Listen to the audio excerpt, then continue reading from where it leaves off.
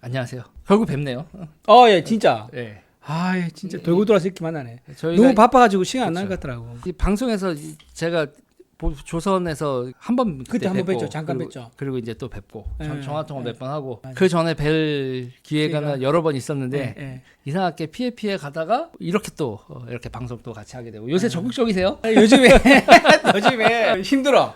요즘에 다시 제가 의원회가 보좌관으로 들어가 있으면 네. 이제 월급도 나오잖아요. 좀 덜한데 네. 지금은 이제 딱히 내가 어디서 수입 월급 받는 게 없어요. 위원하면서 방송 활동도 좀 하고 그러면서 나만 할 수 있는 얘기를 좀 알려야지. 그쵸. 뭐 자꾸 기회가 생길 것 같더라고요.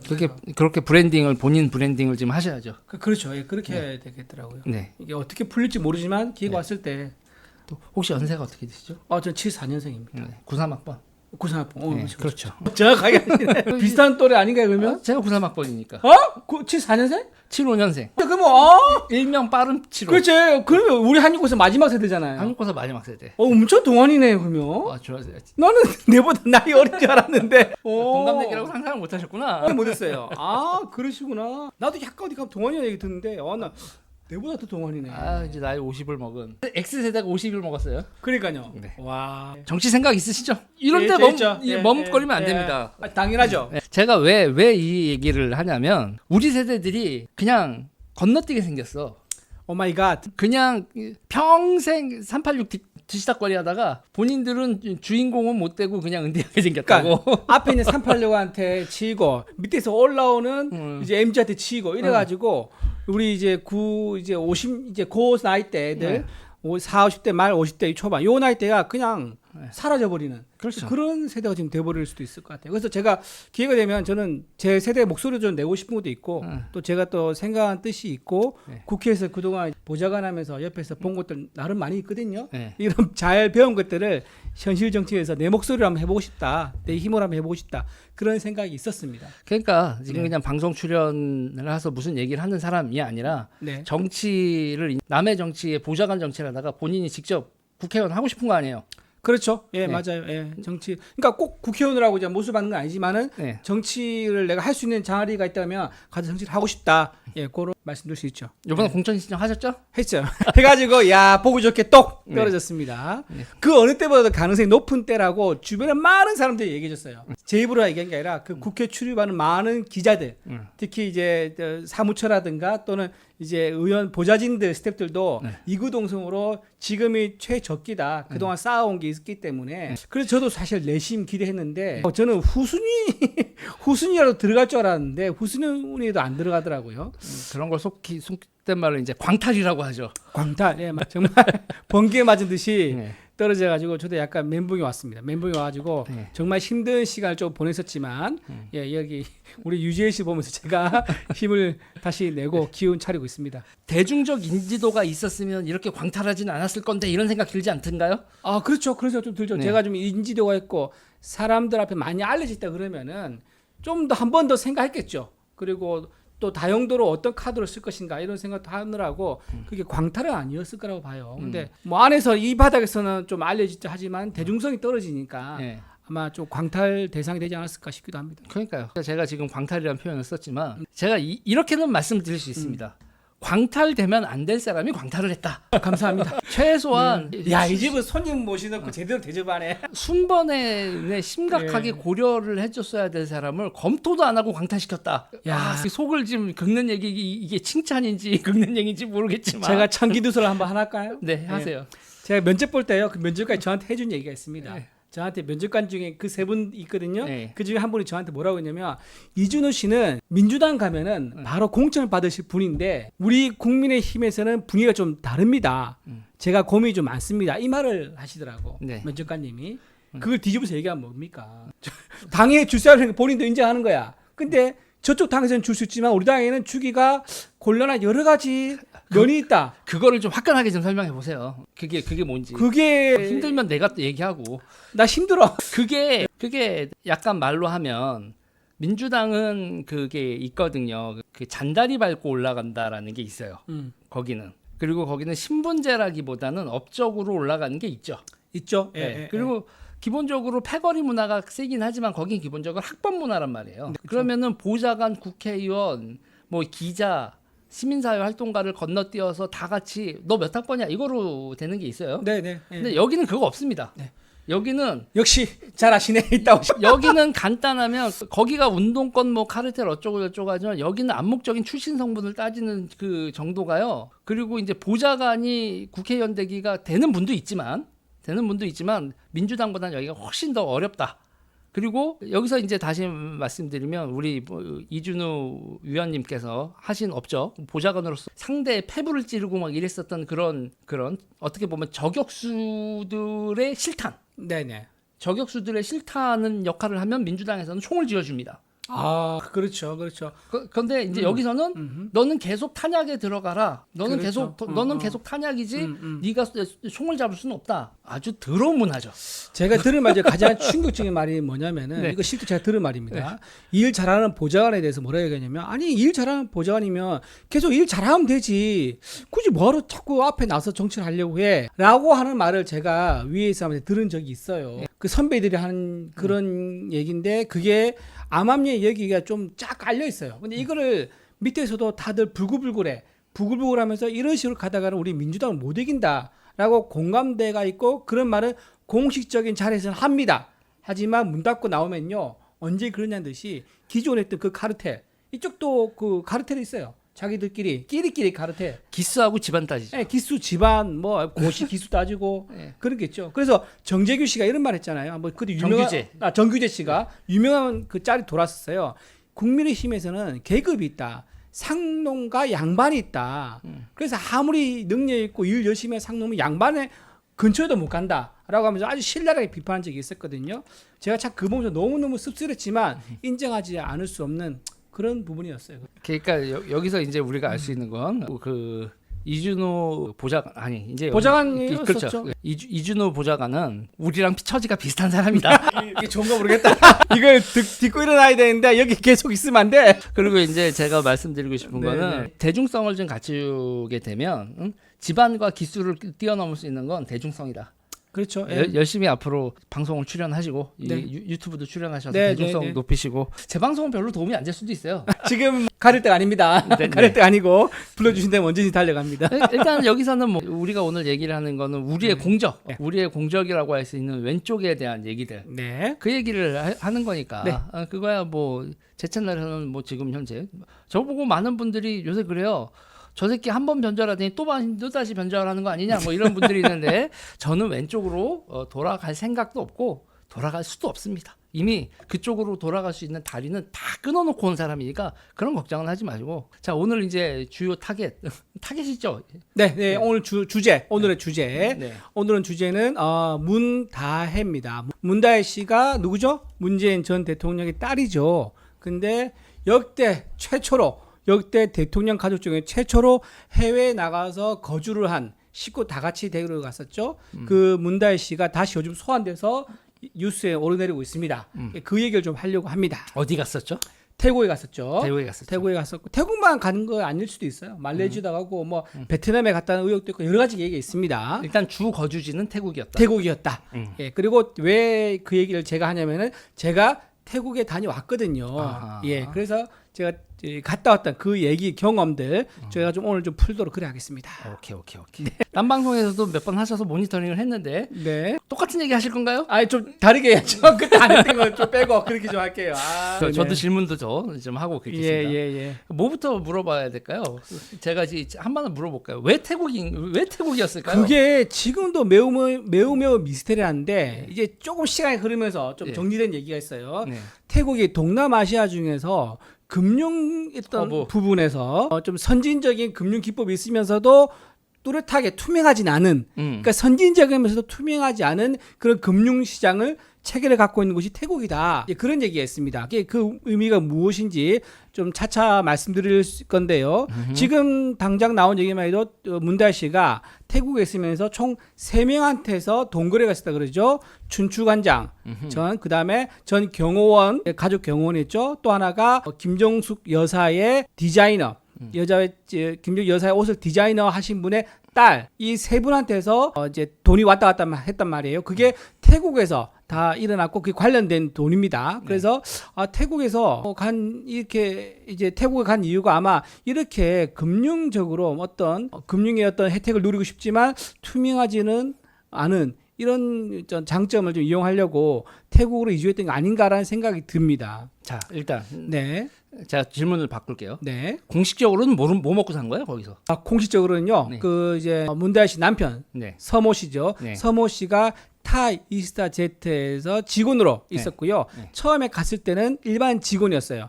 근데 나중에 갑자기 전무이사로 승진을 해요. 불과 몇 개월 사이에.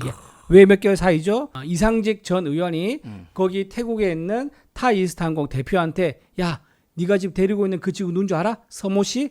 그 사람 대통령 사위야. 너 그냥 두면 안 돼. 라고 해서 그 이사님이 일반 직원으로 했던 서모 씨를 전무이사로 승진시켜주면서 사무실을 따로 내줍니다.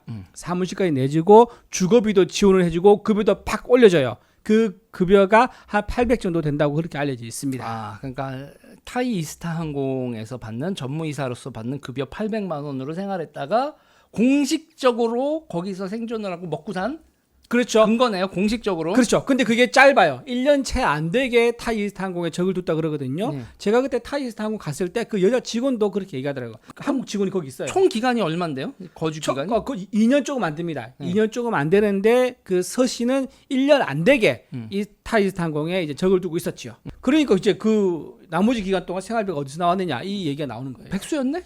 그렇죠. 공식적으로는 백수죠. 네. 백수인데 거기서 아이가 다니는 학교 있지 않습니까? 네. 그 학비가 되게 비싸거든요. 네. 그 학비 같은 거, 그 다음에 거기서 사는 고급 빌라, 좀 있으면 나올 건데요. 고급 빌라, 그 다음에 기타 생활비, 뭐 여행도 가고, 뭐 밥도 먹고 놀러도 갈 거 아니에요? 그런 것들 계산하면 한 1억 5천 원 돼야지 1년에 아마 생활이 가능할 거란 말이에요. 근데 그 돈이 어디서 나왔느냐? 이제 이게 지금 퀘스천 마크입니다. 일단은 거기서 생활하는 거하고, 네. 그러니까 딱 봤을 때 지출하고 네. 돈 버는 거하고 매칭이 안 된다. 그렇지. 들어오고 나간 네. 게 안 맞다 이 말이죠. 그리고 여기서 이제 체크 하나. 이상직 의원 아까 얘기가 나왔는데 이상직 네. 의원은 이스타 항공의 사장님이죠. 사장님 창업주죠. 창업주죠. 창업주죠. 예, 창업주죠. 한국에서 이스타 항공이고요. 그렇죠. 그다음 태국에서는 타 이스타 항공이고. 그렇죠. 예. 근데 혹시 거기다가 그 항공 그 지점을 낸 이유는 뭐예요?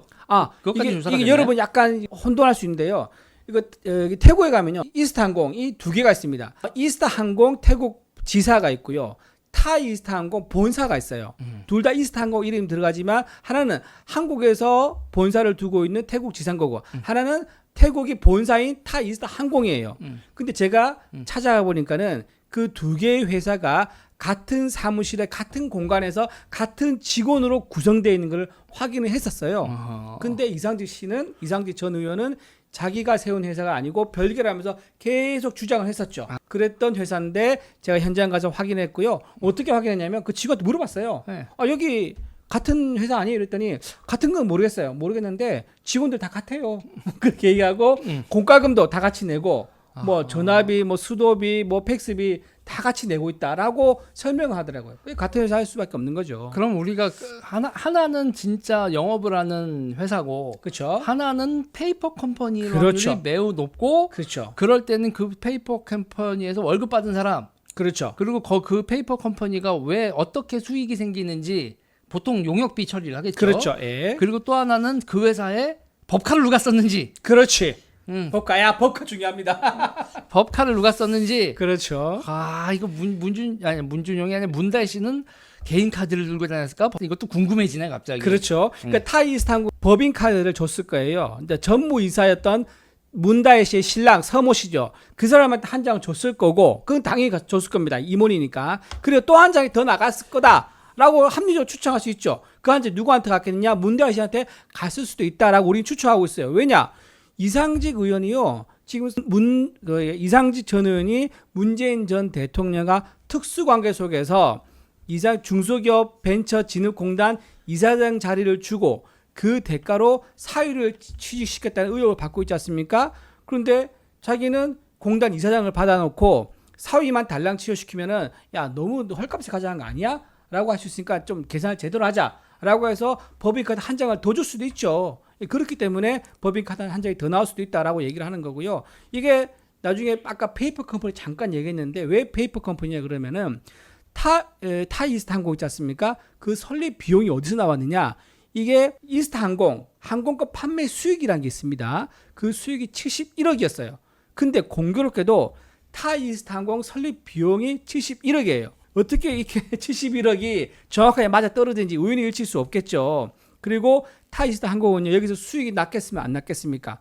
수익이 안 났습니다. 수익이 안 나고 테스트 항공기만 한번 인천공항에 띄웠고요. 그 이후로는 수익을 낸 적이 없어요. 계속 돈만 까먹는 거야. 계속 직원들 월급 주면서. 그러면서 71억 원을 거의 다 소진해버렸죠. 그래서 이 71억 원에 대해서 배임 혐의도 지금 받고 지금 징역을 살고 있는 그런 상황입니다. 잘게 쪼개서 이게 활부 내듯이 할 수 있어요. 법인으로 내가 어딘가에 돈을 줄 돈이 있는데 그걸 이렇게 할부로 주는 거지. 야, 그렇죠. 그렇게 대놓고 이렇게 한 방에 쏴주는 게 아니라 여러 비용 만들어서 명목 그렇죠. 만들어서 그렇죠. 그리고 이제 여기서 이제 중요한 거는 뭐냐면 우리가 지금 썰을 얘기를 하고 있는데 이거를 확인할 수 없는 게 이게 국내 법인이면 이게 우리가 수사기관이나 기타 등등에서 확인할 길이 또 많은데 이건 태국 당국의 협조가 필요한 거 아니에요? 그렇죠. 태국 법인 아니에요? 태국 법인. 야, 태국하고는 또 무슨 커넥션이 있었길래 태국으로 갔을까 궁금해지는 부분입니다. 네, 맞습니다. 그리고 태국에서 우리나라와 달리 태국에는 탐정이 합법화돼 있어요. 그래서 이건 참 웃긴 얘기인데 태국에 제보자가 있었거든요. 그 제보자가 우리가 이제 뭘 물어보잖아요. 그러면 어디선가 뭘 가져와. 그게 저희는 의문스러워요. 그 사람이 그 정보를 어떻게 가져왔을까? 제가 보기에는 태국에서 이제 자기가 이제 친한 탐정이 있는 것 같아요. 그 탐정이 평소에 관리하던 태국 공무원들하고 친분이 있는가 봐. 거기서 자료를 주는 것 같아요. 그렇게 해서 제보가 들어와서 저희가 태국에 가게 됐다라는 말씀까지 제가 드리겠습니다. 네, 이게 참 투명하지 않은 나라들이 재밌어요. 재밌죠. 재밌고 이게 사실 여기서 뭐 해먹으려 그러면 이런 데가 사실 좋긴 좋아. 그렇죠. 나쁜 마음 먹고 뭐 해먹으려 그러면. 근데 정직하게 하려 그러면 이런 데서 사업을 하기가 사실 굉장히 부적절하죠. 언제 어떻게 사기당할지도 모르고 안정성을 담보할 수 없으니까. 하여튼 일장일단이 있습니다. 하여튼 우리나라 옛날에 그랬어요. 옛날에. 그렇죠. 우리나라 옛날에 그랬었죠. 그렇죠. 70년대 80년대 많이 그랬었죠. 그러니까 그런 데 가서 성공하려면 그건 뭐예요? 드라마 카지노에서 최민식 형님이 그런 성격과 그런 태도, 그렇죠, 맞아요. 그런 태도가 이제 그런 데서 출세할 수 있는 그런 인간형이겠죠. 자, 일단은 거기가 가면 오늘 제가 어디까지 준비되셨는지. 제가 준비한 거는 일단 그거예요. 그 태국에서 이제 아이가 대통령의 손자가 다녔다는 그 고액 국제학교 거기 갔던 이야기, 그 다음에 문대하 씨가 살던 고급 빌라 이야기, 그리고 마지막으로 아까 말한 서 씨가 이제 문다의 남편이죠. 다녔던 그 회사 여기까지 제가 간 모습을 제가 짧게 한번 스크린해 드릴까요? 네.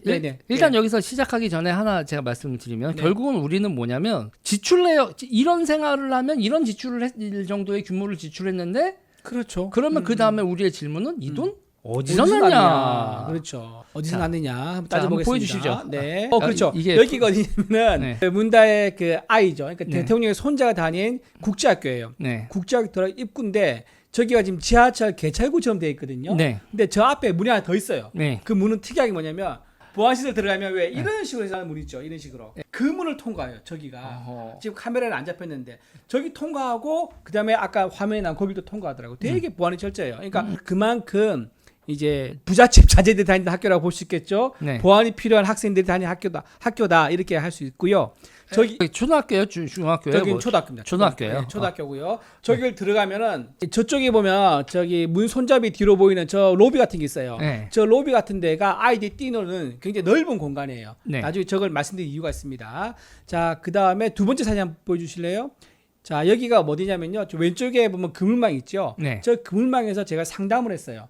제가 학부형인 척하고 저기 가서 우리 아이가 지금 있는데 여기서 학교를 보내고 싶다라고 했더니 거기 상담 직원이 저한테 이제 A4에다가 이제 금액 얼마 한 거를 알려줘요. 그게 우린 그걸 알고 싶었던 거잖아. 그렇죠, 그렇지. 그 얼마죠? 이게 중요한 거죠. 그래서 그때 참 우리 연기 참 제가 또 현장에 저도 모르게 저도 저한테 그런 재능인지 몰랐습니다. 현장에 가서 연기를 꾸몄어.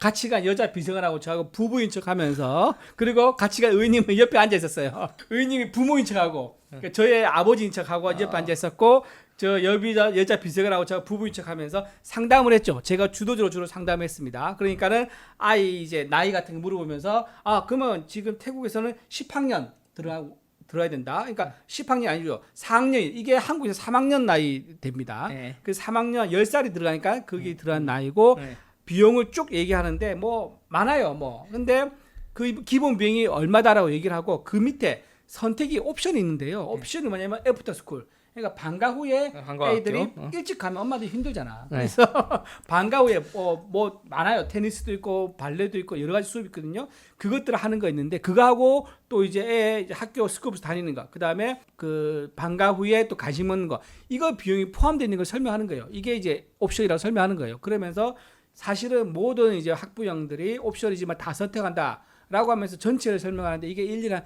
4천만 원 정도 됩니다. 1년에 4천만 1년에 4천만 원. 그러니까 한 학기에 한 2천만 원 되죠. 그렇게 비용이 들어갑니다. 이제 이걸 우리가 처음 입수를 한 거예요. 네. 그래서 야 한국에 들어가면 우리가 빈손은 아니어서 다행이다라고 했죠. 이제 그렇게 됐었고 그때 이제 마침 딩동댕동 소리가 들리는 거예요. 네. 그게 왜 그러냐? 점심 시간. 그래서 제가 이제 그때 이제 제 와이프 역할을 했던 비서관과 의원님은 자 됐다. 우리 비용 얼마인지 확인했으니까 가자라고 했는데 제가 잠깐만요 브레이크를 걸었어요. 그래서 제가 그분한테 스쿨 투어를 원한다라고 했더니 it's okay 해주겠다라고 하면서 상담 진학 교사가 저희 일행을 데리고 스쿨 투어를 시켜줍니다. 네. 그러면서 학교를 구석구석 돌아다녀요.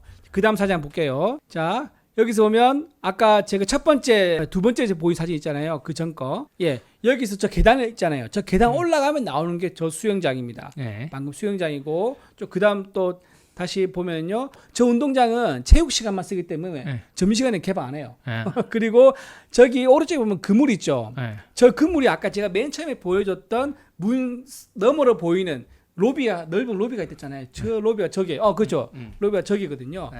저기서 아이들이 점심 뛰어놀아요. 네. 근데 저기서 세상에 그 대통령의 손자가 저기 뛰어놓은 거예요. 알아봤군요. 알아봤어요. 네.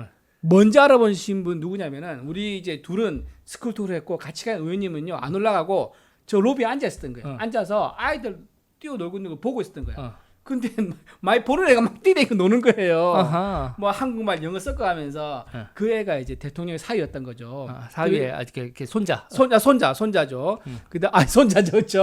그다음에 아까 저 계단 혹시 있는 사진 좀 보여줄 수 있을까요? 네. 그리고 그 다음 넘어가면 학교 실내에 계단이 있어요. 저 학교 이제 시설 운동장이고요. 저 안에서 이제 날씨에 관계없이 모든 구기 종목을 다 할 수 있다고 네. 막 홍보를 하더라고요. 저거 있고 그 다음에 바로 저 계단입니다. 아까 그 로비를 통과해서 들어가면요 학교 이제 실내가 나오는데 저 계단을 제가 내려오고 있었어요. 그러니까 학교 투어 다 끝나고 내려올 때 아이들이 점심시간 끝나니까 우르르 뛰어 올라가잖아요. 네. 그때 대통령의 손자가 제 옆을 지나간 거예요. 그러면서 또 얼굴을 봤죠. 그래서 저도 보고 같이 간 우리 여자 비서관도 보고 의원님도 보고 세 명이 다 목격을 한 거예요. 실제 아이가 다니고 있는 걸 우리가 본 거예요. 원래는 어떻게 해서 저 학교를 우리가 찾아가게 됐을까요? 우리가 어떻게 가게 됐을까요? 뭐 제보가 있었던 거 아니에요? 그렇죠. 정확하죠. 네. 사실 태국에 얼마나 많은 국제학교가 있습니까? 네. 근데 우리가 그냥 다 뒤져서 하나씩 뒤져서 갈 수 없는 거잖아요. 네. 굉장히 구체적인 제보였습니다. 저게 뭐냐면은 그 대통령 손자가 저 학교 다니잖아요. 그 학교 제도인데 외국인 학생 오잖아요. 그러면 같은 나라의 그 선배를 멘토로 붙여줘요. 짝을 학교 생활 적응할 수 있게 도와주는 거예요. 근데 그 교장이 그 이제 멘토하는 이제 상급생 학생 불러가지고 그 잘 있으면 되는데 갑자기 불러서 뭐라 했냐면은 야 네가 지금 멘토하고 있는 걔가 누군지 아니? 이렇게 하면서 한국의 대통령의 손자야. 그러니까 너 이거 가서 어디 절대 얘기하면 안 돼. 대신 잘해줘라고 교장이 얘한테 얘기해 준 거야. 애한테 그걸 그러니까 생각해 국민학교 초등학교 6학년짜리 애한테 그게 보완이 되나? 야 절대 말하지 마 하면 그게 말이 안 됩니까? 절대 말하지 말라고 하면 그게 더 간지러워. 더 말하고 싶지. 그래가지고 그 아이가 이제 입이 근질근질하게 떠든 거예요. 자기 부모님한테도 얘기하고 친구한테도 얘기하고 그러면서 그게 말 없는 그 소문이 다리 없는 소문이 얼마나 빨리 갑니까? 그러니까 그 한국에 어느 뷰티샵에 들어가지고 그 뷰티샵의 직원이 우리 의원실로 제보를 한 거예요. 우리 손님 중에 태국에 있다 온 사람이 있는데 자기 아들의 친구의 친구가 저렇게 돼 있다. 그래서 우리는 그 말 듣고 너무 신기해가지고 이렇게 제보자를 다 공개해도 돼요? 그분을 이제 찾을 수가 없어요. 우리도 그분 연락처 몰라요. 왜냐면 그분 연락처 모르는 게 그 미용실 뷰티샵의 손님이었거든요. 네. 그 손님이었고 지금 그분을 연락 안 한 지 5년이 넘어요. 아니 지금 이 장소에서 우리가 그 뷰티샵을 들른 사람은 누굴지 모르지만 그 뷰티샵을 들른 사람은 그 직원은 누군지 알 거 아니에요. 그 뷰티샵 문 닫았어. 그러면 뭐 그러면 얘기는 왜냐면 되는 거고. 강남에 여러분 뷰티샵이 생겼다 없었다 엄청 많이 해요. 야. 좀 작은 뷰티샵이었는데 그게 없어졌어요. 지금. 아 그러면 뭐 제보자 부담 없는 거고.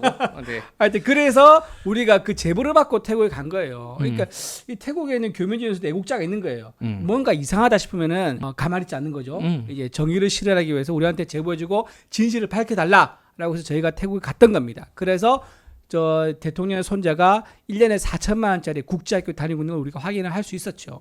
일단 저는요 국제학교 4천만 원짜리 다니는 건 전혀 문제가 없다라고 봐요. 네.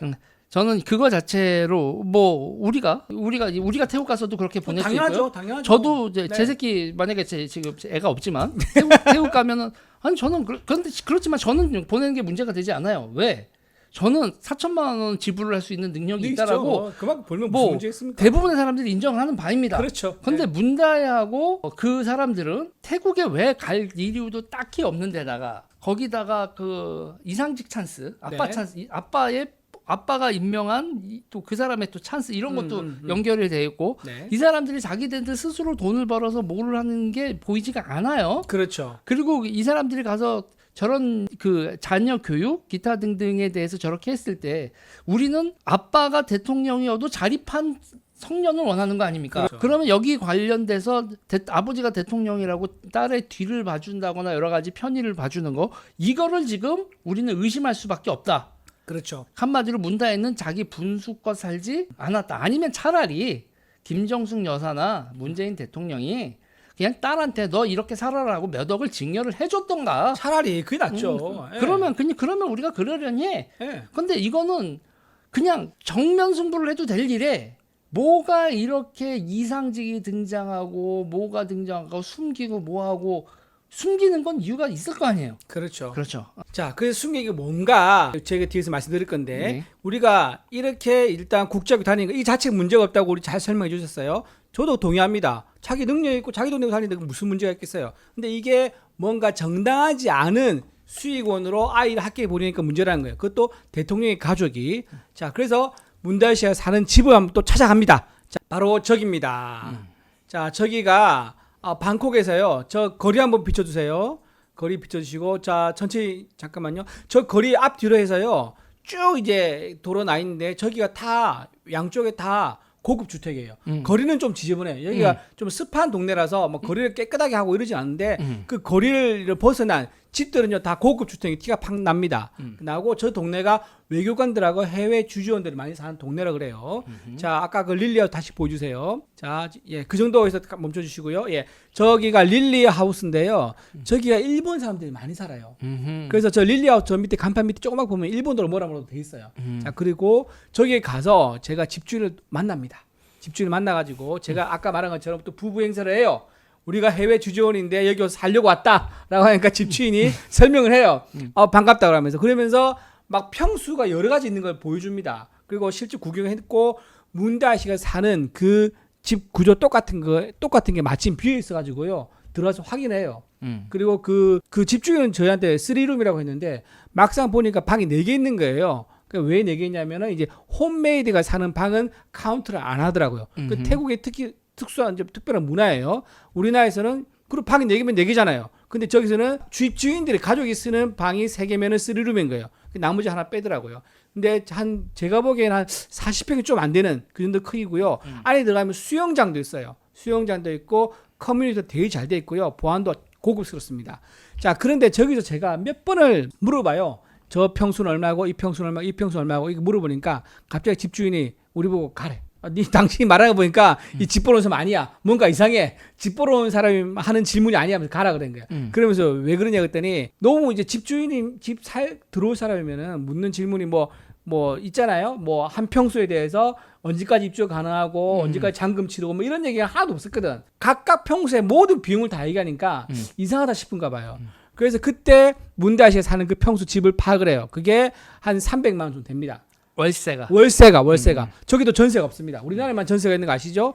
여기도 전세가 없어요. 그래서 월세가 300 정도 되는데 공과금 포함하면은 한 330 정도 되는 것 같아요. 그래서 매월 300 정도가 나간다. 그럼 1년 하면 그럼에도 3,600만 원이잖아요. 아까 1년에 4천만 원이라고 했잖아요. 거의 한 8천만 돈 돼요. 기본적으로 딱 애 학교 보내고 월세 내는 것만 그 정도 됩니다. 그리고 아까 집 다시 한번 보여주실래요? 거기 집 보면은요. 거기 입구에 보면 요가 학원 간판 있습니다. 저기 그 오른쪽 보면 조그만 입간판 있죠. 좀 확대해 주세요. 저기 요가 학원이에요. 여러분 기억나시죠? 문재인 대통령이 모디 총리, 일본 총리 만났을 때 뭐라고 했죠? 자기가 이제 친근하게 위해서 우리 딸이 요가 선생이다. 그런 자랑을 했었어요. 그래서 제가 저 요가 이제 학원이 저기 2층이거든요. 들어가서 또 물어봤어요. 요가 선생님이 있더라고요, 마침. 그래서 한국인 가족이 다니냐 했더니 한국인 가족이 사는데 여기 오는 사람 한 명밖에 없다는 거예요. 그럼 그 오시는 분 여자래. 그럼 그 집 애가 있대. 그러니까 집주인도 뭐랬냐면 네 가구인가 여기 한국이 사는데 아이가 있는 집 한 가구라는 거예요. 그러면서 이제 문다이로 추정이 되죠. 그러면서 문다이가 저기서 요가를 한 것으로 저는 이제 추정을 하고 있습니다. 자, 그렇게 해서 문다이에 사는 집도 이렇게 좀 확인을 한 거죠. 300. 네, 300. 일단 우리는 지금 문다이 씨가 어느 정도의 지출 규모로 저기서 살았는지에 대해서 지금 파악이 하고 있네요. 그러니까 그렇죠. 집은 300, 공과금하고 집은 330, 그리고 애는 그러면은 1년으로 하면은 4천, 그것도 4천이네요. 네, 그러니까 한 8천만 원 정도가 그냥 네트로 나간 거예요. 네트 순수하게 학교 보내고 아무것도 안 하고 그렇죠. 8천 나가죠. 여기까지 일단 8천 나왔을 때 애 교육비 4천에 집에도 4천에서 요거 두 개만 먹고 사는 거 빼놓고 8천 나가네요. 그렇죠. 예. 야, 그러면 태국에서 얼마나 또 가볼 데가 많습니다. 관광지도 많잖아요. 거기서 아이 키운 부모 다 알 거예요. 애 데리고 이제 어디 주말 되면 나가잖아요. 그 비용이 만만치 않습니다. 그 비용을 매달 또는 매주 썼을 거란 말이에요. 그리고 경호원들도 따라다녔겠죠. 저희가 갔을 때 마치 경호원 본 적 한 번도 없어요. 없는데 그도 물어봤어요. 저 집주인한테 혹시 경호원 같은 사람들 사는가 싶어가지고 물어봤더니 그 얘기를 좀 안 하더라고. 안 하는 게 약간 뭔가 알고 숨기는 것 같기도 한데 정확하게 모르겠어요. 근데 대통령 가족이면은 경호원 붙어 있잖아요. 붙어 있는데 같이 살 수도 있고요. 저 빌라 안에 같이 안 살 수도 있잖아요. 외부에 오피스 따로 구해서. 그래가지고 정확하게 파악을 못했어요. 그런데 어쨌든 경호원 비용도 저기는 포함 안 됐지만 상당히 들어갔을 겁니다. 그렇게 해서 하여튼 기본 비용이 그렇지만 실제 생활하다 보면 1억 넘기는 건 금방입니다. 1년에 뭐 생활하면 2천만 원만 되겠습니까? 더 들죠. 그럼 1억 당연히 넘잖아요. 그러면 1억 5천까지 넉넉하게 봐야 되지 않을까? 저희는 그렇게 생각을 해요. 자, 그렇게 해서 제가 확인을 했었고, 그러면 서창호가 다녔던 그 회사, 1년도 안 다녔던 그 회사가 어딘지 한번 제가 또 확인을 해보겠습니다. 여기가 바로 서모 씨가 다니던 대통령 사위가 다녔던 회사가 있는 건물이에요. 자, 밑에 보면은 그램이라고 적혀 있을 거예요. 저기 태국 아직 서울로 강남이나 명동 될 정도로 아주 번화가입니다. 저기 1층에 스타벅스 보이죠? 어떻게 가냐면 저하고 아까 왜 부부인 척 했던 그 선임 여자 비서관하고 같이 저는 올라가고 타이스트하고 실제 사무실로 가고요. 저 커피숍에서 기다렸습니다. 네. 올라가서 거기는 문이 잠겨 있어요. 우리 뭐 일반 사무실도 보면 함부로 못 들어 외부인 못 들어가면 잠겨 있고 노크를 하니까 문 열어주는데 제가 영어로 뭐라고 얘기하니까 그 경비원이 영어를 한 마디도 못해요. 그래서 말투가 한국 사람 같으니까 그 경비원 안에 한국 사람 호출해요. 그 사람이 나와가지고 대화가 돼요. 근데 그 한국 사람이 제가 국회에서 왔습니다라고 하니까 입술을 덜덜 떠는 거예요. 떨면서 제가 찾아온 이유로 이제 여기 박석호 씨라고 계시지 않냐. 박석호라는 분이 타이스트 항공 대표였습니다. 그 사람이 이번에 재판 받아가지고 집행유예지만 어떤 유죄 판결을 받았어요. 이상직과 같이 이제 공금 횡령했다. 뭐 유죄 받은 사람입니다. 박석호를 만나러 왔다 그러니까는 없다는 거예요. 어디 가냐 했더니 뭐 휴가 갔대.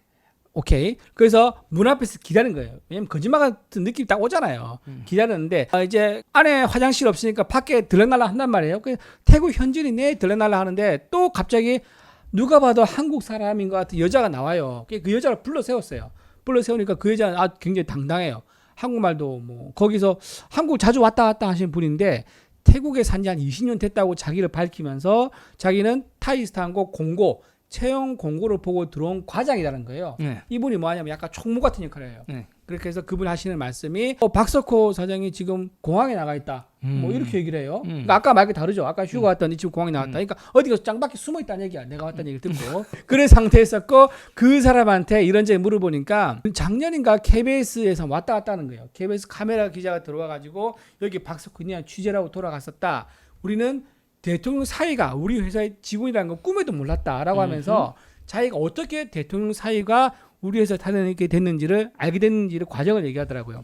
자기도 한국에 있는 친인척들이 자기한테 뉴스 봤느냐고 알려주면서 알게 됐다는 거예요. 한국에서 방송에 나왔으니까. 그렇게 해서 자기가 뒤늦게 알게 됐는데 자기는 그러면 그 서모 씨를 회사 다닐 때 얘기한 적도 없다.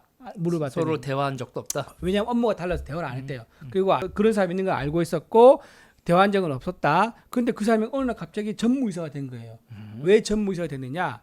이상직 의원이요. 그 박석호라는 그 지사장 있지 않습니까? 그 대표한테 야, 그 귀한 사람이 태국 가니까는 그 사람 다닐 집하고 살 집하고 그 사람이 데리고 있는 아이가 다닐 학교하고 알아봐라. 이렇게 지시한 거예요. 그러니까 박석호가 사장 오너의 지시를 받고 그걸 본인이 직접 알아본 게 아니라 그 밑에 있는 직원도 시킨 거예요. 근데 직원들이 나눠가지고 집도 알아보고 아이가 다닐 학교도 알아봤다는 거예요. 그래서 그 비용을 회사에서 냈을 수도 있는데. 회사 냈죠, 당연히. 그러니까 그러니까 집 비용도 직원 그 사택으로 그렇죠. 비용 처리했을 수도 있고 맞아요. 복리후생으로 교육까지. 왜냐면 한국에 와 있는 주재원들을 저도 이태원에서 렌트하우스를 좀 했었거든요. 그때 회사랑 계약을 해요. 그렇죠. 그렇죠. 그리고 그 사람들 교육비까지 회사에서 내줘요. 그러면 그 집주인은 대통령 가족이 자기 집에 산다고 전혀 몰랐을 수 있겠네. 왜냐하면 만약에 네. 타이스트 항공이 그 집주인과 계약했다 그러면 모를 수 있는 거죠. 그 집이 그 교육비하고 집 비용 자체를 회사에서 결제를 해줬을 가능성도 매우 높다. 매우 높다. 그리고 실제로 그 검찰 수사할 때 보면 나와요. 그 타이스트 항공이 문다이시 가족한테 거주비를 지원했다 하는 게 나옵니다. 그러니까 저는 이제 그게 현금으로, 그러니까 거주비를 좀 더 이제 서 씨한테 준 걸로 생각을 했는데 그게 아니라 회사에서 다이렉트로 그 빌라 집주인한테 월세를 제공했을 수도 있겠네요. 네, 맞아. 그렇게 할 수도 있겠다. 그러니까 자기는 손 안 대고 몸만 들어 살면 되는 거지.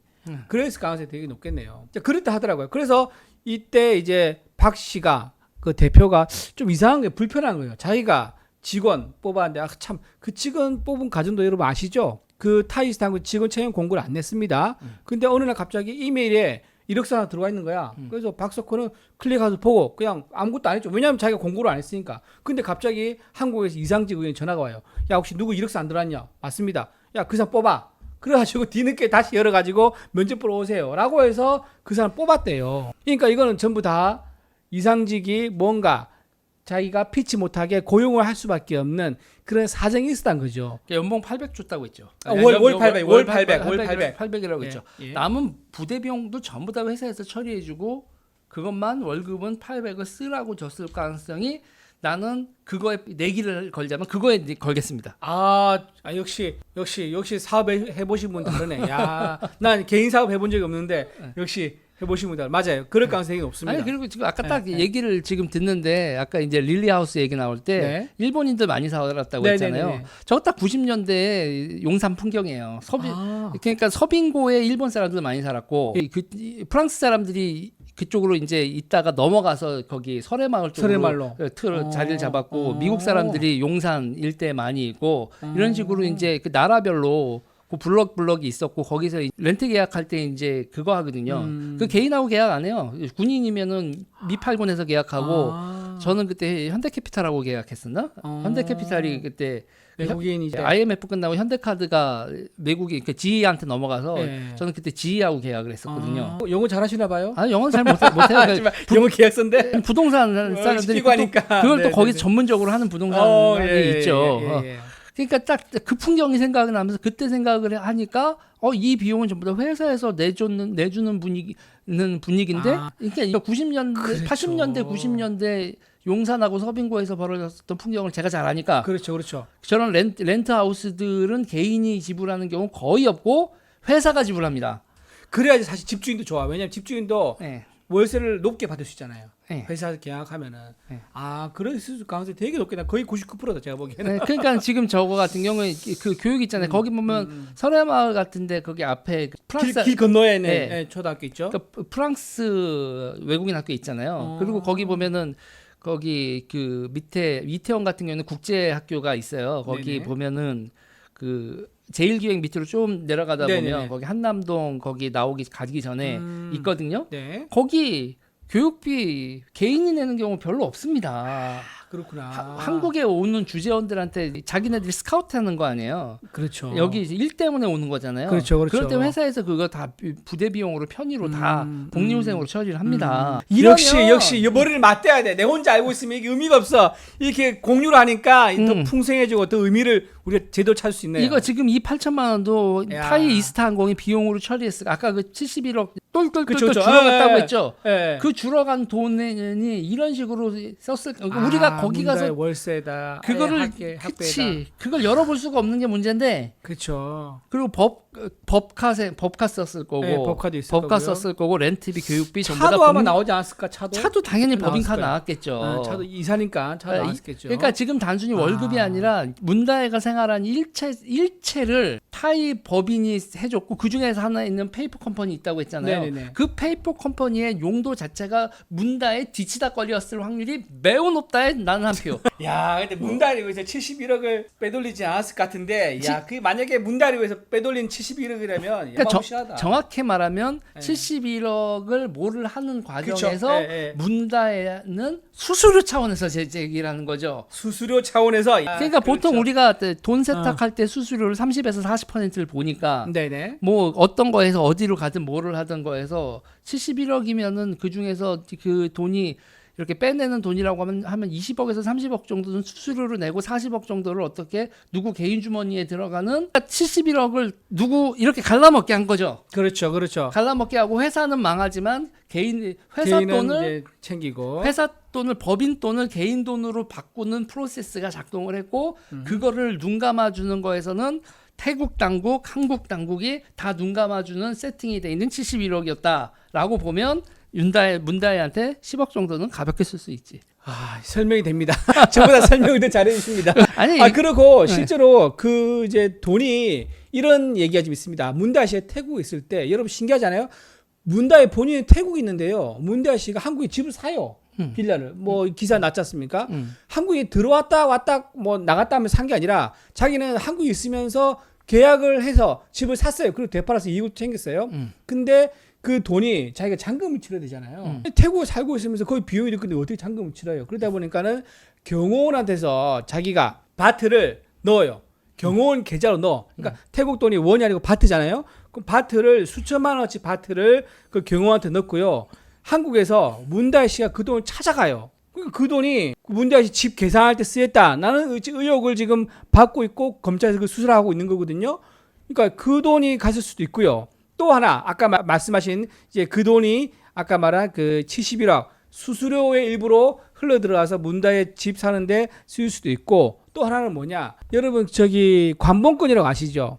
관본권은 김정숙 여사가 옷값 계산할 때 썼던 돈이잖아요. 그 돈이 뭐냐? 여러분 관본권 잠깐 설명을 이제 관본권 설명하기 전에 우리가 금융실명제에 예. 금융실명제의 맹점이 여기서 나오는 거예요. 예. 뭐냐면 네. 우리나라에서 자금 추적이 되잖아요. 네. 근데 지금 여기서 같은 경우엔 문다혜가 바트로 쐈잖아요. 네네. 그러면 문다혜는 이렇게 얘기를 할 수 있어요. 나 태국에서 경제 활동하면서 번 돈이다. 네. 그러면 우리가 그거에 대해서 그 문다혜의 계좌 자체를 그럼 태국 가서도 너 이거 어떻게 번 돈이야 추적을 할 수 있어야 되잖아요. 그렇죠. 그런데 태국에서 이 사람 여기서 돈 번 돈이에요라고 오케이를 해버리잖아요. 네. 그러면 이제 우리나라 금융실명제상으로 그 사람이 취득한 돈이 돼버린 거예요. 클린한 돈이 돼버리는 거예요. 그래서 나 해외에서 번 돈 우리나라로 송금했어요. 네. 이렇게 되면 그 돈은 더 이상 우리나라 당국이 금융실명제 그리고 이 수사기관에서 추적을 할 수가 없이 이 사람이 번 돈으로 간주가 된다라는 맹점을 이용했네.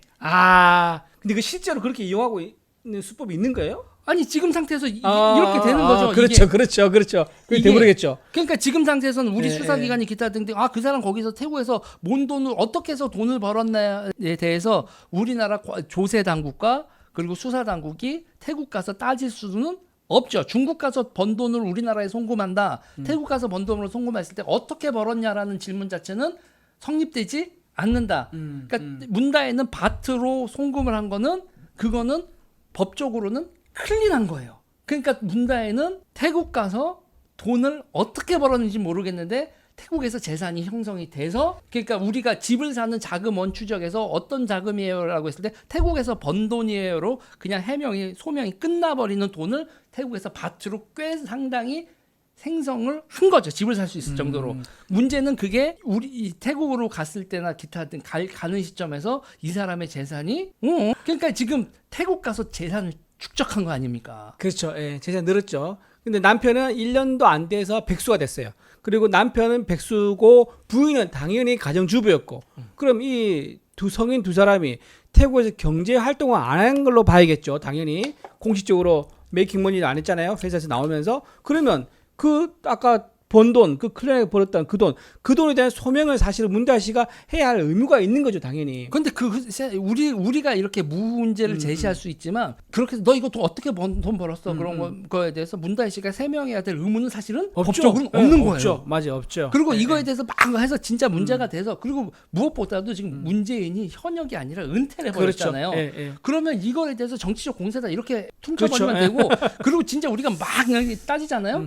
그러면 갑자기 태국에서 나 요가 학원 했어. 수강생 많았어. 그래버리고 태국 조사 당국에서도 이 사람 여기서 돈 많이 벌었습니다라고 거기서 서류를 만들어줘서 던져주면은 우리가 그냥 닥쳤던 게 지붕 쳐다보는 거예요. 지금 상태에서 제일 문제는 태국이 문다에게 이 모든 편의를 제공해 줬을 당국이 그렇게 해줬을 가능성도 저는 매우 높다. 단순히 이상직하고 문재인의 커넥션이 아니라 태국에서 그렇게 네트워크로 모든 걸 작동해서 지금 태국이 세탁소 역할을 하고 있는데 그 세탁소 역할을 하는 그 세탁기를 작동시키는 거는 태국 정치인들 관료들과 문재인 사이에 무슨 커넥션이 있었을 가능성도 저는 물음표를 찍겠습니다. 좋습니다. 그 물음표에 제가 약간 상상력을 좀 보태면요. 그렇다 그러면 태국에 과연 어떤 세력이 가담했을까? 상상력을 발휘하면요. 저는 태국의 군부의 가능성이 높습니다. 왜냐하면 태국 군부는요. 북한과 연결되어 있습니다. 물론 이제 제가 상상력을 말씀드렸지만 북한과 연결되어 있고요. 그렇다 그러면 이 자금에 대해서는 태국 군부와 북한과 그 다음에 문다회의 아버지 문재인 전 대통령과의 관계가 우리가 사실은 여기서 상상을 해볼 수 있는 거예요. 저기 북한 김정은한테 슬슬 기는 문재인 전 대통령이 여기서 태국 정부를 이용해 특히 군부를 이용해서 무슨 교감을 했었을까 이런 상상도 해볼 수 있는 거죠. 자, 영길아, 크리슨 문재인 태국 총리 한번 검색해서 그 기사 좀 띄워줘. 이거 어차피 좋아. 저기 태국 가던 거예요? 그리고 이제 태국 가서 태국 총리하고 문재인하고 중국이 원천 기술을 가지고 있는 버스에서 저러고 있는 겁니다. 저기 밑에 보니까 무슨 모터스 돼 있네요. 저기 혹시 에디슨 모터스죠. 예.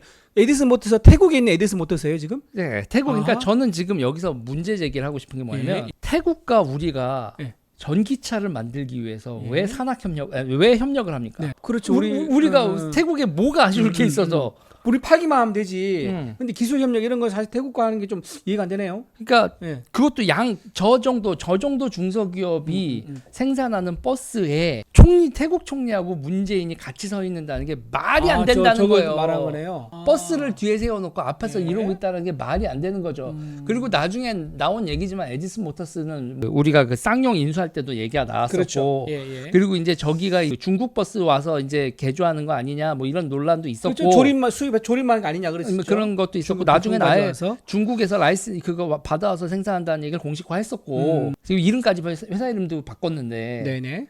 이렇다면 있잖아요. 네. 저거 중국 버스 앞에서, 그러니까 중국이 상당한 영향력을 행사하는 버스 앞에서 한국 대통령하고 태국 대통령이, 태국 총리가 국가 지도자가 저렇게 사진을 찍었고 대통령 딸이 저기 가서 그렇게 우리 입장에서는 알 수 없는 돈으로 재산을 축적했었다. 생활비를 썼었던 정도를 넘어서 재산을 축적한 거로 보이죠. 바트로 집 사는 돈을 보냈다면 네네. 도대체 그 과정에서 태국 당국은 무슨 역할을 해줬고 문재인은 태국하고 무슨 거래를 했고 이 모든 거를 다 들여다보면서 조율했었던 세력이 혹시 차이나 아니냐라는 물음표를 내가 찍으면 내가 이상한 놈인가? 아니 충분히 가능합니다. 충분히 가능하고 차이나가 뒤에 있을 수도 있고요.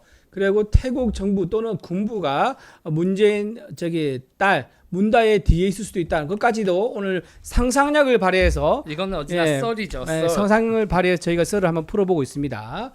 근데 나 몰라 나중에 뭐 나올지 진짜로 여기서 여러분 혹시 아시는 분 있으면 이거 관련 제보 주시면 저희가 한번 집중해서 또 다뤄보도록 할게요. 010-2326 제 전화번호입니다. 제가 이러고 진짜 제보를 많이 받아요. 아 진짜를? 010-2326-3609에 여러분. 이 자막 들어왔습니다. 네. 자 여기서 일단 의혹이 일단은 그 태국 생활과 태국의 국제학교 생활, 그 다음에 그 고급스러운 빌라에서 생활, 그리고 태국에서 다녔던 회사까지 알아봤습니다. 근데 이 비용이 아까 말씀드린 대로 1년도 안 돼서 회사를 그만뒀기 때문에 나머지 일은 무슨 비용을 했느냐, 거기서 아까 말씀드린 대로 제가 의혹을 제기한 것처럼 태국의 어떤 비유가 있었던 거 아니냐, 그리고 여기서는 또 차이나의 비유가 있었던 거 아니냐라고 좀 개괄적으로 설명을 좀 해드렸습니다. 정확히 말하면 차이나의 설계죠. 아 차이나 설계. 태국과 시진핑 오는 거 아니야? 그러니까 태국하고 대한민국의 정치 권력의 유력자들한테 편의를 봐주는 그리고 이렇게 코를 꿰는 설계죠, 설계. 집에 갈 때 조심해야 될 것 같아요. 어쨌든 여기까지 오늘 좀 태국의 그동안 의혹을 알아봤고요. 아까 관본권 잠깐 얘기하던 거. 관본권 얘기해야죠. 관본권. 그리고 또 아까 하나 돈의 출처에 대해서 얘기했던 게 뭐냐면 이제 관본권을 얘기하다 말았는데요. 관본권이 뭐냐면은 조폐공사가 한국은행 발주를 받아서 만드는 현금 있지 않습니까? 그거를 이제 납품을 해요. 어디에 납품하냐? 한국은행에 납품하죠. 그러면 그 돈을 일일이 얼마치 이제 만들어줘 했는데 그걸 물건을 받으면 확인을 하는 게 당연한 거잖아요. 근데 확인하기에 너무 액수가 많잖아요. 그래서 확인 안 하고 보증할 수 있도록 어떻게 하냐면요. 십자 띠지로 두른 다음에 비닐팩으로 한 번 더 싸요. 그 묶음에 대해서는 조폐공사와 한국은행이 서로 믿는 거예요. 풀어서 안 살려봅니다. 그 돈을 관본권이라고 그래요. 나라에서 봉인해서 주는 거. 그게 한국은행 가고요. 한국은행은 이거를 어디에 주느냐? 주로 이제 시중은행에 가거나 아니면 대기업의 비서실에 들어가거나, 그리고 또 한 군데가 이제 청와대에 들어가거나 대통령실에 들어가 이렇게 쓰거든요. 그럼 대통령실은 왜 이 돈을 쓰느냐? 특활비라 해서 현금으로 쓰는 이제 활동 비용이 있습니다. 그 용도로 해서 한국은행이 납품하는 관본권이라는 게 있어요. 근데 이 관본권이 어디서 한번 들킨지 아세요? 김저승 여사가 옷을 살 때 이 관본권으로 계산한 거예요. 사진 한번 보시겠습니다. 자, 한 언론을 통해서 나왔었죠. 저게 왜 어떻게 찍혔냐면요. 김정숙 여사가 옷을 사고 계산을 했는데 직원이 보기엔 처음 보는 띠로 둘러져 있는 게 너무 신기한 거예요. 그래서 저걸 사진을 찍은 거예요. 그러면서 그 사진이 한 언론사에 통해서 보도가 되면서 김정숙 여사가 관본권을 썼다. 그렇다면 이건 개인 돈이 아니지 않느냐. 청와대에서 쓰는 특활비를 개인적으로 김정숙 여사의 옷 사는데 쓴 거 아니냐라는 의혹이 제기될 수밖에 없었던 거죠. 관본권 하나 또 더 있죠. 하지 말고. 이것도 있죠. 이름 적혀있죠. 김정숙 적혀있고요. 11월 9일 카드 뭐라 적혀있고 블라블라 적혀있습니다. 저렇게 된 돈이 관본권이에요. 그렇다면 문다혜가 태국 가 있는 에서 활동한 그 비용이 있지 않습니까? 그 비용이 저런 식으로 김정숙 여사가 돈을 썼다 그러면 저 돈이 사위가 일을 하지 않고 경제활동을 하고 있지 않은 딸한테 흘러 들어갈 수 있을 가능성이 되게 높죠. 부모가 자녀한테 결혼한 자녀한테 5천만 원까지는 그냥 줄 수 있습니다. 그럼 뭐 징계수도 안 붙고요. 그런데 왜 김정숙 여사는 계좌이체를 해서 딸한테 보내지 않았을까요? 그 흔적이 없다고 그래요. 흔적이 없다 그러면 관본권이 그러면 흘러 들어가서 저 돈이 다시 한국으로, 그러니까 그 경호이라든가 또는 이제 아까 디자인이라든가 통해서 한국에 흘러 들어간 게 아닌가. 그러니까 돈 세탁을 한 거죠. 한 게 아닌가라는 이제 의혹을 우리가 제기할 수도 있는 겁니다. 그러니까 쿠션을 치죠. 쿠션이죠. S3 쿠션으로 들어간 거죠. 쿠션을 치고 저 돈이 어디로 들어갔다, 그게 어디로 들어가는 거고. 그 이번에 윤다희 씨가 돈 거래하는 게 여러 개가 나오잖아요. 그렇죠. 그 돈 거래한 여러 개가 나올 때 본인들은 자기 돈으로 거래했다고 할 거예요. 그러겠죠. 자기 돈으로 얘기할 텐데 그분들이 그 돈을 거래한 게 자기 돈이 아니라 어디서 또 루트가 다른 데 있다. 그럴 가능성도 대단히 높고. 그렇죠. 그리고 저는 이런 거 같은 경우는 대단한 신뢰관계가 있고. 그렇죠. 그렇기 때문에 이럴 때 이제 무슨 문제가 발생하냐면 이런 게 여러 군데가 있지 않아요. 서로 코가 있어야 되잖아요. 그렇죠. 그러면 이런 거와 관련돼서 돈 저수지 쿠션 역할을 해주는 비자금을 그래서 이번에 뭐 나오는 거에서도 지금 요새 세기의 이혼 소송이라고 하는 데서 나오는 것도 그렇죠. 김옥숙 여사의 선경 300억이라는 메모가 지금 큰 역할을 하는 거잖아요. 그렇다고 하면 지금 이 관본권 자체가 어디로 흘러가서 거기서 다시 배포가 되는 거기가 있었던 그 어떤 허브가 있었을 가능성에 대해서 우리가 물음표를 찍어야 되고 네. 그리고 그런 허브가 왜 필요했냐 딸 생활비 정도로는 그런 허브까지가 필요하지 않아요. 그거로 허브로 뭔가 프로젝트가 있었어요 라고 생각을 해야 돼요. 그 프로젝트가 뭐였고 그러고 그렇게 해서 생성되어 있는 것들이 지금 어떤 형태의 무기명 채권화되어 있어서 현재 어디에 있느냐까지가 우리가 물음표를 찍고 추적을 해야 될 전반적인 큰 그림이 아닌가. 네, 맞습니다. 좋은 말씀하셨고요. 네. 여기서 이제 오늘 추가로 또 한 분 더 말씀을 드리겠습니다. 자, 문다의 가족이 태국에 살고 있는데 태국 옆에 말레이시아가 있죠. 거기에 누가 간지 아세요? 문다혜 씨가 한국에 있을 때 경호를 담당했던 분이 있습니다. 그 사람이 말레이시아로 갔어요. 그게 누구냐면 여러분 이게 참 재밌는 건데요. 윤규근 총경 아시죠? 버닝썬에서 나왔었죠. 그때 뭐냐면 조국 대표랑 조국이 그때 민정수석이었습니다. 그때 같이 찍은 사진에 나온 그 지금 검색하면 나올 건데 한번 볼 수 있을까요? 윤규근하고 조국 치면은요 사진이 나와요. 애월식당. 자, 이 사진 이분 여러분 이 사진 봤을 거예요. 저 시중에 보통 보면은 저기 있는 조국 말고 그 옆에 있는 사람 얼굴을 이제 가리고 나온 경우가 많은데 지금 이제 얼굴 검색까지 이제 다 나오는 그렇게 오픈된 사진이 이제 검색됩니다. 저 때가 언제였냐면요. 조국 대표가 민정수석일 때요. 그리고 저 윤규근 총경이 저기서 행정관을 하고 있을 때입니다. 근데 윤규근 총경은요. 저기 좌파 정부랑 인연이 깊습니다. 우파하고도 인연 깊어요. 아 그래요? 우파 난지 좀 해주시고 좌파 때 언제 저분이 관계가 됐냐면 노무현 정부 때 민정수석실에서 근무를 해요. 행정관으로. 그리고 세월이 흐릅니다. 정부가 바뀌면서 그리고 다시 문재인 정부가 들어와요. 그러니까 본인도 따라 들어와. 그때 또 민정수석실 또 들어와요. 그러니까 처음에 노무현 정부였을 때 민정수석은 그때 문재인 대통령이었었고요. 문재인 대통령이 정부가 들어서니까 자기가 들어왔을 때 민정수석은 조국 수석이었습니다. 자, 여기까지 기억하시고요. 자, 조국 수석이 있는 민정수석이 있으면서 그 윤 총경의 부인이 누구였냐면은 아까 말한 문다혜 씨의 개인 경호를 담당했대요. 그분이요, 말레이시아 주재관으로 옮깁니다. 여러분, 여기서 특이한 게 뭐냐면은 말레이시아 주재관요, 보통 해경에서 많이 갔어요. 해양 경찰에서. 왜냐면 거기 해양 관련된 뭐 많이 있어요. 우리나라 선박도 많이 가기 때문에. 해양 경찰의 주재관으로 많이 갔는데 저때 문다혜 따라가면서 처음으로 육지 경찰이 간 거예요. 그러면서 윤규근 총경의 부인이 말레이시아에 갔는데 그때 기사가 많이 났었죠. 윤규근 총경의 부인이 왜 말레이시아 주재관으로 갔느냐? 문다혜 씨를 옆에서 케어하기 위해서 간 거 아니냐라는 의혹이 그때 제기됐었습니다. 그렇다면 조국 수석도 아마 인사발령 낼 때, 즉 이제 윤규근 총경이 총경 부인인 말레이시아로 갈 때 아마 조국 당시 민정수석이 인사에 개입을 해서 아마 이쪽으로 발령 날 수 있도록 도와주지 않았을까라고 상상할 수 있죠. 문재인의 자녀를 관리하고 있는 게 민정수석실에서 관리를 하거든요. 친인척 관리는. 그래서 아마 그렇게 해서 가능성이 되게 높아 보입니다. 그렇다 그러면 이 주재관 갈 때 이게 아마 외교 횡령일 거예요. 그렇다면 이게 외교 횡령에 뭘 가지고 들어갔느냐 이것도 사실은 살펴봐야 됩니다. 외교 횡령 여러분 수화물 검사 안 하잖아요. 그 외교 횡령 속에서 문다혜에 지원할 수 있는 것들이 흘러들어가지 않았을까 이것도 사실 상상할 수 있는 거예요. 이것도 여러분들 우리가 한번 유심히 지켜볼 필요가 있습니다. 예, 물음표가 지금 찍히는 게 많은 건데 많죠. 예, 예. 제가 이제 윤규근 총경 네. 그러니까는 그 저분이 그 버닝썬에서 나온 거예요. 그렇죠. 예, 예. 경찰총장이라고 얘기 나왔죠. 그렇죠. 예. 그러니까 그게 경찰서장인데 경찰서장 위에 경찰총장. 걔네들이 몰라서 한 얘기가 아니라 그러니까 경찰청장보다 경찰청장보다 높다고 경찰총장이라고 얘기한 거예요. 아 그래요? 호칭을 착각해서 잘 몰라서 그런 게 아니라 그게 아니라 경찰총장보다 더 높은 사람이다. 청장보다 높다. 윤규근이 진짜 실세다. 그리고 윤규근이 어떻게 되냐면 강남 경찰서 생활안전 과장으로 가요. 그때 버닝썬 때. 예. 그러니까 버닝썬 나와바리에 버닝썬 담당자예요. 담당자예요. 그리고 그러니까 보수 정부 때도 잘 나갔어요. 그리고 보수 정부 때도 잘 나갔고 정말 갈아타기 잘하네요. 네, 그리고 이제 그 당시에서 제가 저분들이 박근혜 정부의 십상시들하고도 어울려요. 윤규근이. 그래요? 조금 이따 끝나고 얘기할 때 이 보면 저 새끼가 하고 저 죽이려고 하실 분들이 또 계실 수 있는데 네. 그러니까 이 사건이 어떻게 되는 거냐면 그렇게 되고 난 다음에 저 사진을 찍은 사람이 더 중요해요.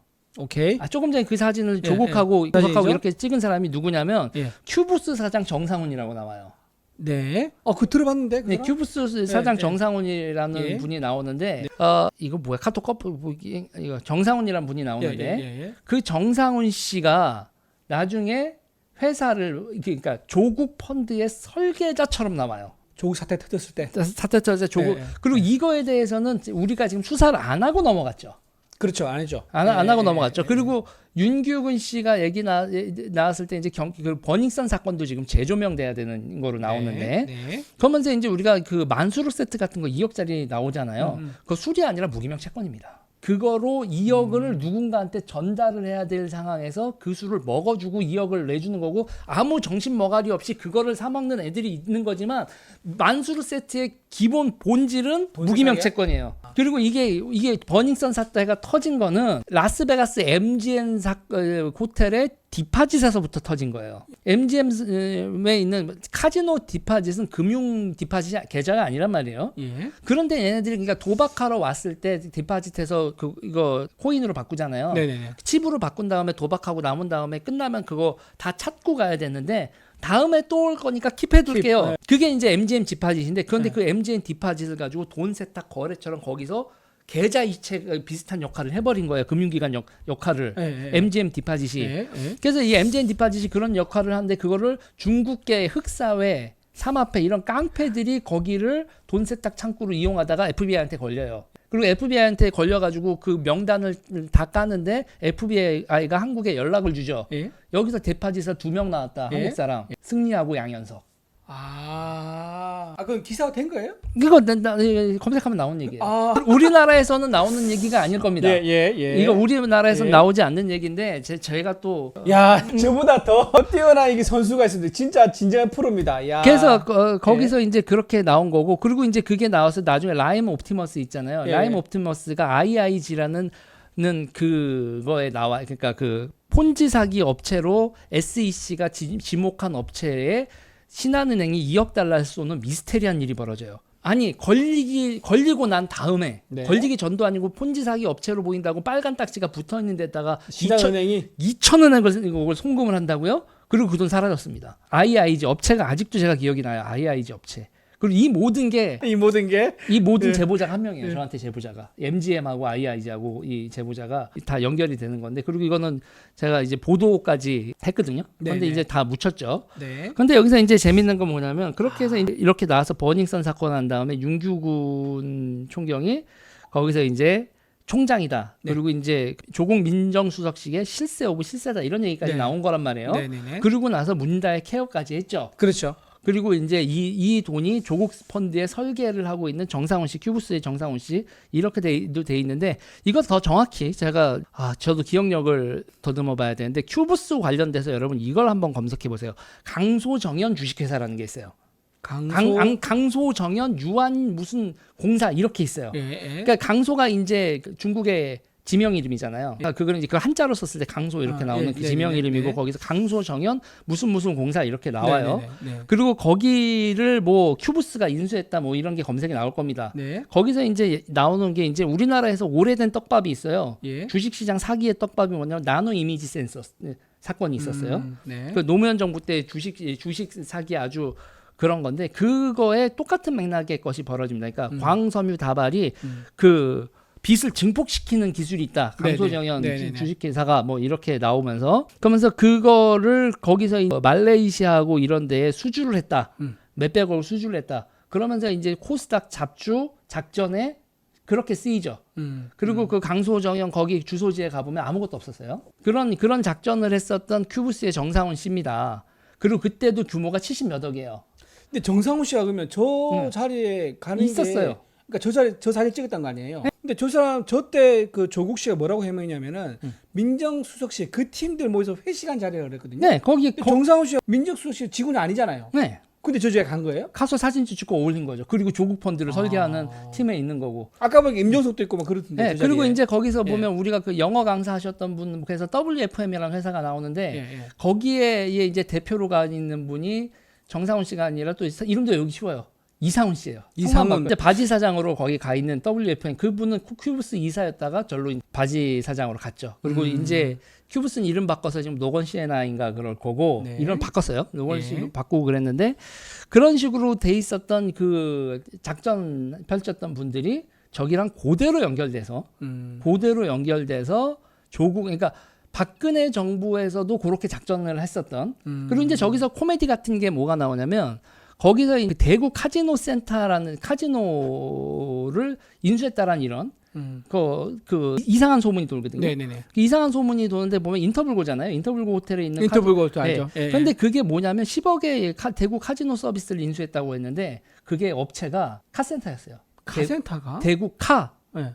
지노 서비스 그렇게 해서 공시를 띄우고 소문을 낸 다음에 주가 장전을 했었던 그런 세력이 조국한테 붙어 있었던 겁니다. 정상훈 씨하고 이제 이런 분들이 정상훈이 했었던 정상훈이 큐브스가 했었던 그리고 그 회사가 했었던 장난질이 테슬라하고 협업을 한다 이렇게 공시를 때리는데 네. 그 테슬라는 우리가 아는 테슬라가 아니라 체코 테슬라 뭐 이런 완전 장난질을 이런 대놓고. 장난질을 네, 했었던 사람들 그리고 또 그 팀하고 윤규근하고 같은 팀이었다는 얘기죠.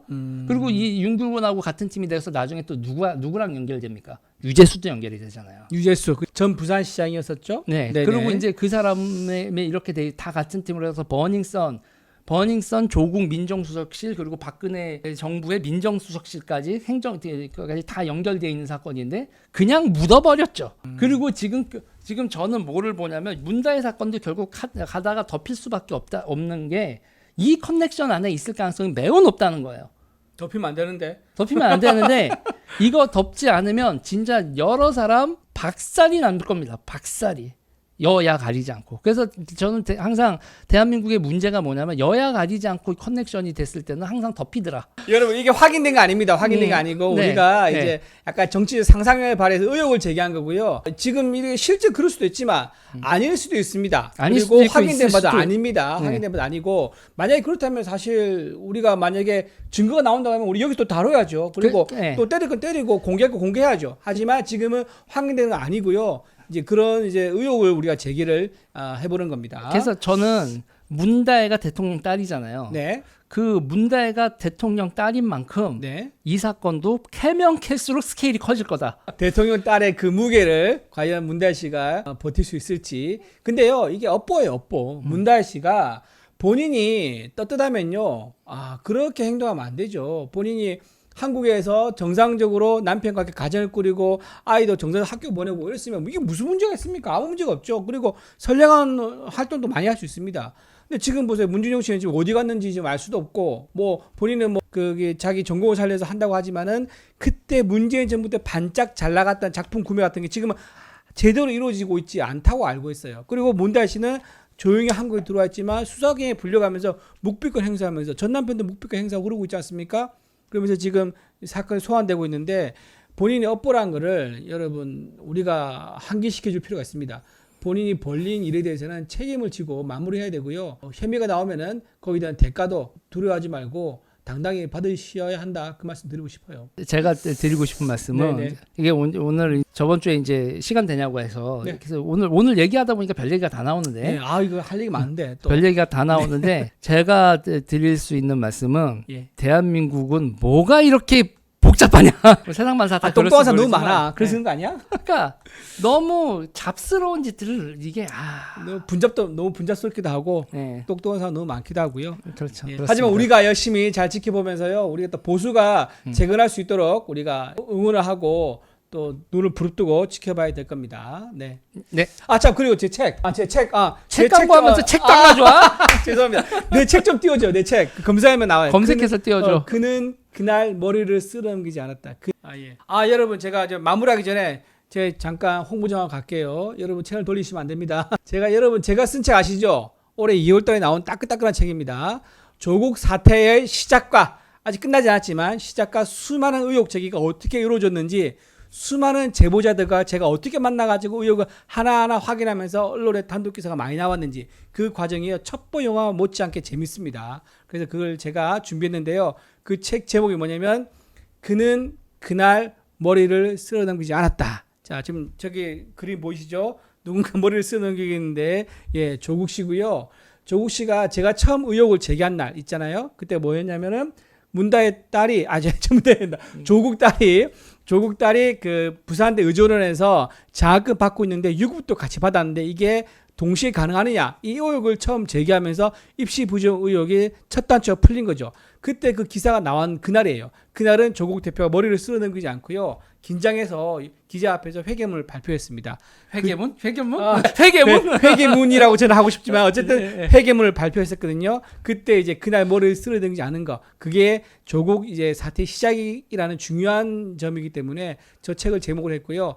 이 책이 지금 4세가 나왔어요. 4세가 나왔는데 조국 책이 좀 잘 팔리고 있습니다. 근데 제 책이 좀 주춤해요. 그래서 우리 우파에서도 이렇게 우리 우파에서 열심히 일하는 사람들이 있으면은 좀 사주고 팔아주고 공유해주고 해주시면 정말 우파에서 일하시는 분들이 많이 힘을 내고 더 열심히 잘할 수 있겠다는 말씀 꼭 드립니다.